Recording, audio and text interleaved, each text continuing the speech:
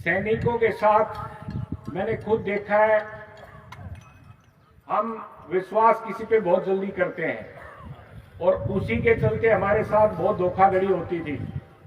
हमने 100 गज का प्लॉट कहीं ले लिया, उस पे कब्जाधारी आके बैठ के हम रजिस्ट्री लिए घूमते रहे। मैं आपको विश्वास दिलाता हूं, दादरी जिले में बारडा में अब आगे ऐसा नहीं होगा।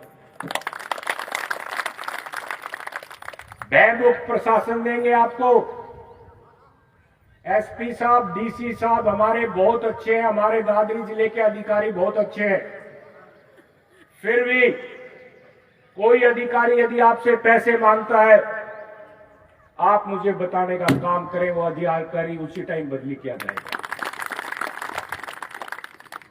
पहली बार ऐसा हुआ कि दादरी जिले में दोनों विधायक भारतीय जनता पार्टी के हैं और दोनों ही बेल्ट की नौकरी करके आए हैं। एक हमारे जेलर साहब थे तो एक आपके हवलदार साहब थे। अब सिर्फ इतना ही कहूंगा, गुंडागर्दी यहां बर्दाश्त नहीं होगी, रिश्वतखोरी यहां नहीं चलेगी और इस प्रकार के सामाजिक संगठन राजेश फोगाट जैसे भाई आगे आए हैं तो दादरी में सुविधाओं का अंबार लगा देंगे। कोशिश करेंगे या हॉस्पिटल्स को बढ़ावा दें या स्कूल कॉलेजेस को बढ़ावा दें। किसी भी हमारे भाई को ये नहीं कि भाई दादरी में इलाज नहीं है, रोहतक जाओ या गुड़गांव जाओ। आने वाले समय में ऐसा भी करेंगे कि दादरी में सारी सुविधाएं उपलब्ध कराई जाए और मैं विश्वास दिलाता हूं, ईमानदारी से अपना काम करूंगा। रिश्वत लेने के लिए विधायक नहीं बना, अपना घर बनने के लिए विधायक नहीं बना, बल्कि ये कहलवाने के लिए विधायक बनाऊं कि 2024 में हमने किसी को वोट दी थी, उसको वोट देके पछताना नहीं पड़ा, उसने हमारी वोट ठगने का काम नहीं किया। उन्हें हमारे कवि राम प्रकाश जी ने विस्तार से सारी बातें बताई, सतीश सांगवान जी ने बताई, हमारे कलाकार यहां बैठे हैं, इन्होंने देशभक्ति की रागनी सुनाई। हमारी बहन ने बताया जमाना कैसे आने वाला है या आ गया। मैं ये कहता हूं, जमाना कोई भी हो, संस्कार काम आते हैं और आज भी संस्कारी लोग हैं।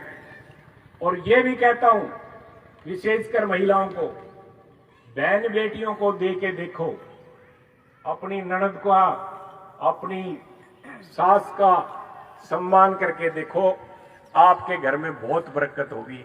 ये मेरे से लिखवा लो। बहन बेटियों को देने से किसी की जमीन आज तक नहीं बिकी, किसी को कोई घाटा नहीं आया। उनकी जरूर बिकी है कि जिन्होंने उनका मान सम्मान नहीं किया, क्योंकि आपस में फिर लड़ाई झगड़े होते हैं।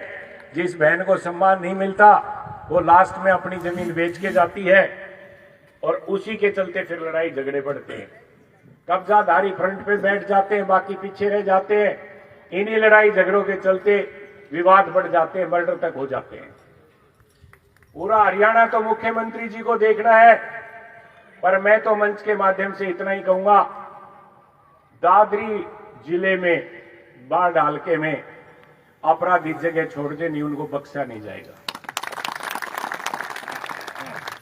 आपने यहां आने पर इतना बड़ा मान सम्मान दिया, उस सब के लिए आभारी हूं, आपका धन्यवादी हूं। और सभी कलाकार बंधुओं को, भजन मंडली को, प्रत्येक को मैं 500 रुपए से अपनी तरफ से सम्मानित करता हूं।